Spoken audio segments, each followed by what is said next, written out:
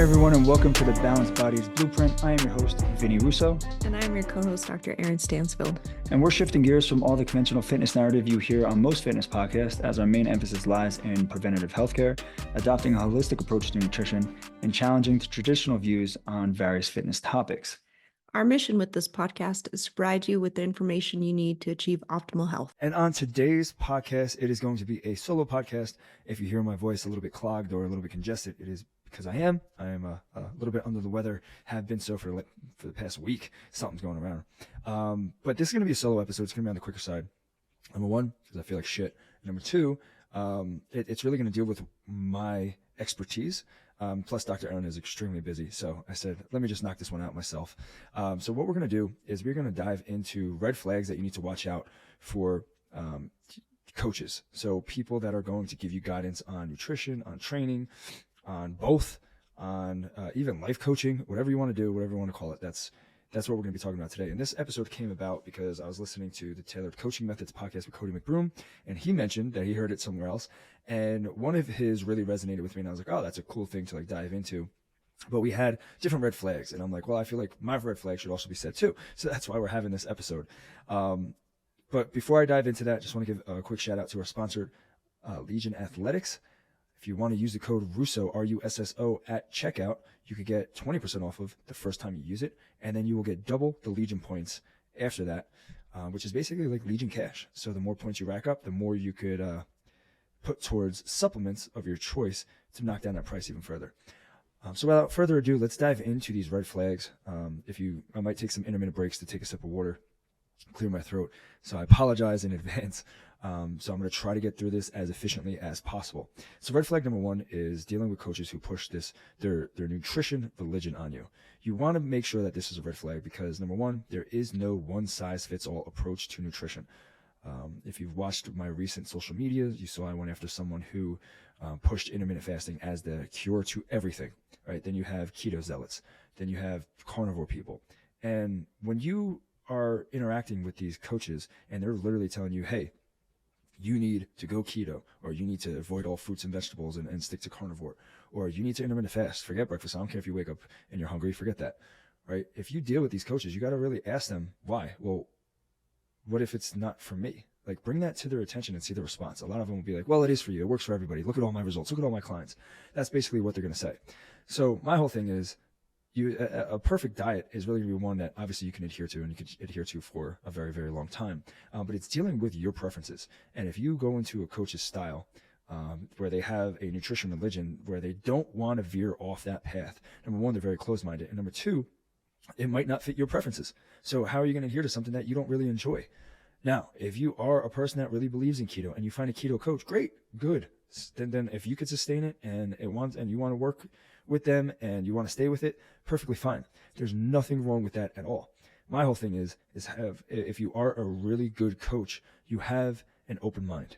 You're able to see different things. Like, I was very against keto, but I know it has its place as a tool for certain things. The same thing with intermittent fasting. Like, some of my clients do that. I'm not a fan of it because when I wake up, I want to eat breakfast. That's like the first fucking thing on my mind. For some people, they're very busy in the morning and they can't eat breakfast. They'd rather just have a cup of coffee and go. And that's fine. We could do that. But it's all going to fit into your preferences, into your lifestyle, into your schedule. So there shouldn't be any type of nutrition religion with the coach that you are planning to work with. So that's red flag number one. Excuse me, take a sip of water. Great, I got ice in my mouth. All right, excuse me. Red flag number two. If the coach doesn't have any video testimonials, if they have a bunch of progress photos, that's cool to look at, but the progress photos are really just a snapshot in time. It doesn't say anything about the client's experience. There's no sustenance there. It's just an image. They start it in a shitty position, they end it in a better position, right? But what did they go through to get there? What was the process like? Did they have support? Were they held accountable? Were they taught anything? Was it just, hey, here's a diet plan, run this for 3 months, and then let's take a photo and see how you do, right? Because the person that I went off on, his name is Adam, and he has this company called The Approach. Now, their thing is like, hey, let's do intermittent fasting and eat 3 meals. There are 3 meals, one you planned out, and I gave sizes I would normally eat, was still under 1,000 calories. If a coach is giving you something that's under 1,000 calories, you're going to lose weight. Now it's going to be both muscle and fat and probably glycogen and a little bit of water. So you're going to be losing that stuff along the 3-month period. So you are going to go down in scale weight and you will look a little bit different. But what happens when you can't sustain that and you get really hungry and you want to actually start eating again, or you want to start building muscle? Your metabolism is suppressed down, right? So if there aren't any video testimonials, what does that tell you? It tells you that they don't want people to really say the journey. They don't want people to talk about the journey. If it's written out, I mean, yeah, you could read those testimonials and that's perfectly fine. Some people don't want to get on camera and actually talk. It's very awkward for a lot of people.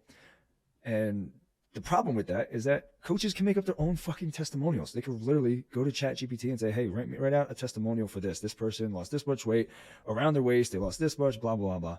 And they get to it and ChatGPT spits out an awesome testimonial and they post that as this is this person. They make up some name. Coaches do this and they do this for manipulation to get more people to sign up with them. Yes, it should be a red flag if you don't see the person on video or you don't hear a voice. It could be an audio track, right?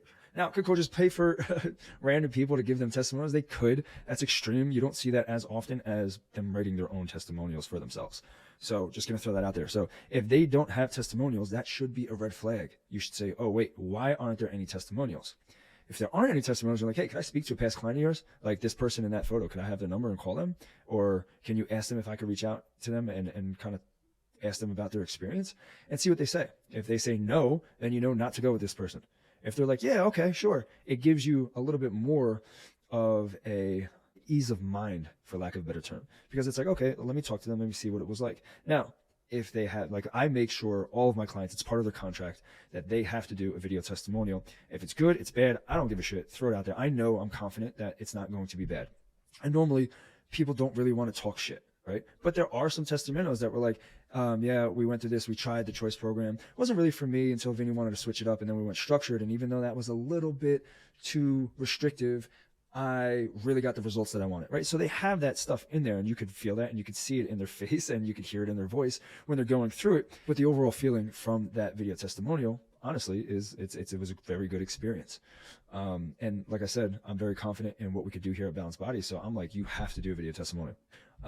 So that is red flag number 2. If they don't have video testimonials, and then what should be a huge red flag and probably a big X as in never to talk to this person is if they're like, no, you can't speak to any of my past clients. All right, red flag number 3. When some coaches or trainers, they step on other coaches' toes. I hate this. I don't do this at all. I have potential clients that reach out to me that are with coaches saying that they need help. And is this right? Should I do this? Should I do that? And I'm just like, yo, number 1, I'm not working with you, so I don't know how your body responds. But number 2, ask your coach. That's what they're there for. You should have a relationship with your coach where you can ask them anything. And they should be open with you and very honest with you. If you don't like what they're doing, that is something that you have to take up with them and not reach out to another coach and be like, hey, like, I really need your help here. Because I will not do that. I just think it's morally wrong, and I will never do that. Another thing that grinds my gears with this, with stepping on toes, is if I am giving you your nutrition plan and you have a trainer and you're working out with your trainer and your trainer tries to adjust your nutrition or tell you what to do with your nutrition, dude, shut the hell up. Like, shut up. Like, you do not know nutrition like I do. Let me do my thing while you do your thing. She or he is going to you for your expertise in training, and he or she is coming to me for my expertise in nutrition. We could work together. I've done this before where I got on calls with the trainers. We talked about what I was doing with the nutrition plan to get them to where they want to be with their goal and what they were doing with their training protocols to get them to where they want to be with their goals. Were some adjustments needed to be made over those phone calls? Of course. Training needed to be adjusted a little bit. Diet needed to be adjusted a little bit, especially if there was volume through the roof that I didn't know about. Then, yeah, I got to add more food. So it is cool to collaborate. I love it. It's a really, really good strategy for any potential client or client that has a trainer that they're working with to work hand in hand with a nutritionist and the trainer. Have them both basically double teaming you to get you to your results. That was a bad term to use, but you get the gist. Stepping on other coaches' toes. If you have a coach and they're just like, oh yeah, your trainer's an idiot, or your nutrition coach is an idiot, like they don't know what they're talking about. Why are they doing this? And they're like, they're very condescending about that other coach. It puts you in a very, very difficult position. It's almost like a tug of war. Like you're getting pulled in 2 different directions, and that only puts you in a worse position. So if there are other trainers or coaches that are listening to this podcast, stay in your lane. If your client has another coach for a different area of their life, Don't worry about it. Stay in your lane. If you have to get on a call with that person, that's when you do it. You do not say it to the client, because if the client's been, let's just say the client's been with me for 3 years and hires you as a trainer, and you start saying shit, that person's going to run back to me with who they trust and who they've been with for 3 years and is going to say that, right? So you got to understand, you don't want to put the client in that position and cause this back and forth tug of war, being on 2 different pages and just confusing the shit out of the client. Right. So if you are a trainer, if you are a nutrition coach and you are listening to this and you have a client that has another trainer or coach in a different area or aspect of their life, number 1, stay in your lane. Number 2, if there is an issue, if you feel like something is wrong, don't say it to the client. Ask the client that, hey, can you connect me with your coach? Because I really, really want to talk to them about like the strategy and then like how we can move forward. And then you get on a phone call with the person, you see where they're at and see why they're doing what they're doing if you feel it's wrong. All right. So that was number 3. Red flag number 4, and this is seen a ton, especially now. Because it seems to be extremely huge in the fitness world, is competing and then thinking they know nutrition. So you have a person who places in an amateur show, maybe they place top 3, they turn their body around, and they now start offering nutrition plans. Why? Like, that is a red flag to begin with. You did one competition where a coach got you there. You didn't even get yourself there. So you didn't get yourself there, which means that you don't really know the nutrition. You're just going to regurgitate or basically parrot a diet that another coach gave you in order for you to make money. And that diet that was given to you doesn't mean it's going to work for every person you give it to. So you're actually hurting people in the long run. Like, do your due diligence. Like, go get education. Know how to understand research. Do trial and error for a couple years. If you're really, really passionate about trying to help people, especially in the field of nutrition, you need to have some experience under your belt. Now, I get it. In order to create a business, you need to have clients. Yes. But initially, you got to know what you're doing. Like, I got very lucky and was able to have some really good success with my first few clients that I tried out. And the ones that I didn't have success with, they weren't following the program. And it got me to say, hey, no more free protocols. Now, because I still need some results under my belt to actually say that I have a business, we're going to sign a check. If you follow the program to a T, I will not cash it. If you don't, I'm cashing that check. And that got everyone to adhere because they had some skin in the game. But yes, it took a lot of learning. I went through multiple coaches, right? And it wasn't anything against those coaches. It was just like, I know people have different ways of doing things. There's many ways to skin a cat, which is weird. Who wants to skin a cat? But there really are, like, there is multiple ways to diet down. So I was trying to feel out different strategies because I knew after the first time I competed, I was like, I want to do this. I need to know everything about nutrition. The only thing I changed was really nutrition, and it changed my body completely. So I need to know why. So I did my research. I did my education. I went through certifications, got my master's in applied clinical nutrition, just went the whole route, right? Because I was totally invested. And I went through different coaches, and I felt out different strategies. And every coach I went to did have a different strategy. From my first coach with like a 99, 66, 33 plan to my next coach, which was like a little bit of like, hey, you have to pick and choose these foods from this list, to my next coach, which was, hey, here are your macros, hit them how you want. Just make sure you're using the same type of application to be able to do so, to let's just hop to my coach now, which is AJ Sims, who honestly, you can't figure out what he does. He's a savant. Like, he doesn't even like count macros or calories or anything like that. He just knows. He just makes an adjustment and it fucking works. And I won't try to figure it out. But you get these people that do one competition, change their body because of another coach, and then they try to give out that protocol as a diet plan. And it might work for some people, but majority of the time, they don't know how to refeed. They don't know how to implement diet breaks. They don't know how to read biofeedback. They don't know how to bring you out of a dieting phase because they're probably rebounding, especially if it's their first or second competition. And then you have these pros that are doing this as well. They're very intelligent in what they do. They have the genetics to make them excel in the sport that they're in. I'm a pro, but I'm not like an IFBB fucking classic physique pro where I'm going up against Chris Bumstead. He dwarfs me, and just because he has more muscle than me doesn't mean he knows nutrition. Just because he looks better than me on stage doesn't mean he knows nutrition, right? And that's what I'm trying to get at. Like, you have these pros, you have these amateurs that think that just because they compete, they can put out diet plans, and they can't. And then they do fucking steroid protocols based off of what they did, because they know that steroid protocol helped produce those results. Now you do that. Now you're fucking with people's hormones. And to be honest with you, it's a recipe for disaster in the long run. The people get really, really messed up. So just because someone competes or someone is a pro does not mean they know what they're doing. The best way for you to sort of navigate through those type of coaches and avoid them is ask a ton of questions. right? You also, that goes back to like the whole testimonial stuff. You might see their progress photos of their pictures, but let me hear what their clients had to say. Well, what kind of diet did client A do? Well, what kind of client did client B do? Wow, those are the same exact diet. So they're just handing out the same diet, really? So that's sort of what you have to do with those types of people. So just because they compete and they can transform their body, or maybe they have really good genetics, maybe they're pros, does not mean they know how to give out nutritional protocols to optimize your health and transform your physique. So the key here is make sure that those people actually know what they're doing. And a lot of that has to do with asking questions. And then finally, the last one that really resonated with me, red flag number 5, Cody McBroom said this on his, and I'm going to sort of piggyback what he said, is when coaches don't practice what they preach. Now, I am very big on this. I compete. I try to stay in decent shape year round.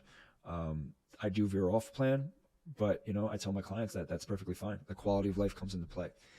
If you have a trainer that is out of shape, they're not really practicing what they preach. If you have a nutrition coach who is very strict and regimented and is very like, these are rules that you must follow, and they don't follow them, then they're not practicing what they preach. So how can you follow someone? How can that be a leader? If I'm going to lead someone into fire, I'm leading them. I'm going first. I'm going to do what I'm expecting you to do, right? Plain and simple. That's exactly what I'm going to do. So you got to find these coaches who actually practice what they preach. It's like going into a seminar where people are talking about businesses and they've never run a business. Why would you listen to them? They're giving you advice on how to run a business and they've never ran a business. You're going to a coach to step on stage. They never competed before. Wait a minute. Take a step back. Hold on. How do you know what to do? How do you know what that feels like? How can you put yourself in your client's shoes then? You go to a coach who's never dieted before, never did keto before, but that's all they're pushing. How do they know what that feels like? And that's the key here. It's like, find coaches that are living the lifestyle that they are pushing out there to the rest of the population.